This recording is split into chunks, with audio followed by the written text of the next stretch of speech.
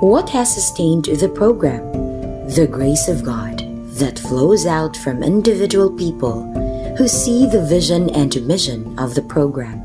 The Love the Poor program is not a gift-giving activity, but a life-giving program. It is a two-edged program that does not only benefit the receiver, but also the giver and the missioner. Many of those who have shared to the Love the Poor program gave not from their excesses, but from their hard-earned money.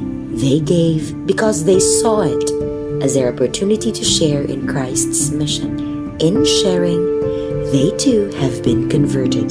Those who have joined and immersed themselves in the program speak of how their participation in the mission has transformed them to be better Christians. The fact that more and more people want to join the Love the Poor program speaks of how it quenches the longing of every baptized to be a missioner of Christ.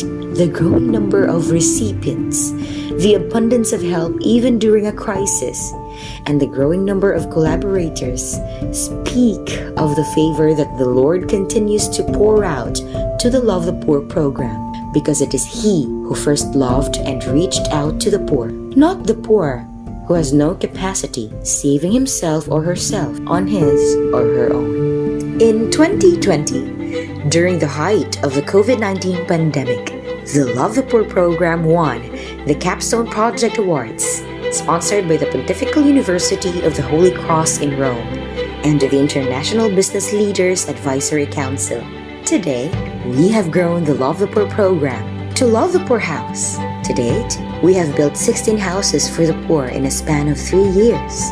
Love the Poor Chapels. To date, we have built 5 new barrio chapels and renovated several others. Love the Poor Farmers. Love the Poor COVID patients. And Love the Poor University. More than 3,000 families, about 6,000 youth, and about 6,000 children from 9 parishes have benefited from the program since 2014. Not less than 2,000 have been baptized through the Love the Poor program. The seed fund or main source of fund is personal, from personal savings. We have not done any formal fundraising activity since we started the program in 2014. Some relatives, friends, parishioners, and others who see what we do send in their donations in cash or in kind. Always more than half of the expense is personal, from personal money. Who is poor? We all are. No one can boast before the Lord that he is rich and not at all in need of his mercy. But we are poor in different ways. Although sinners we all are. Some are materially poor, others spiritually poor, others socially poor, others mentally poor, others emotionally poor, while others are physically poor. We all have our own kind of poverty.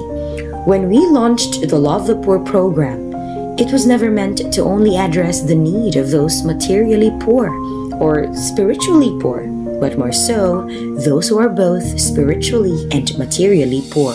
Eventually, the Love the Poor program even became more encompassing to include those who are poor in other ways.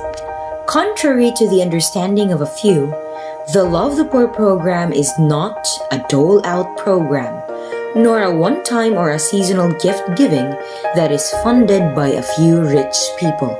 It has always been a holistic program aimed at evangelizing the poor, particularly but not limited to those who are both materially and spiritually poor.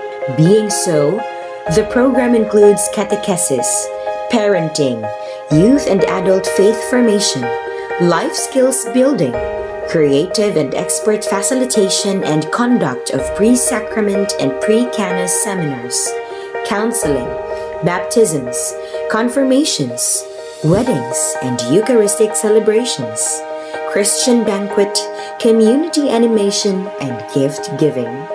We visit chapel communities which are rarely visited by priests, public schools, markets, farms and neighborhoods, and build relationship with the people.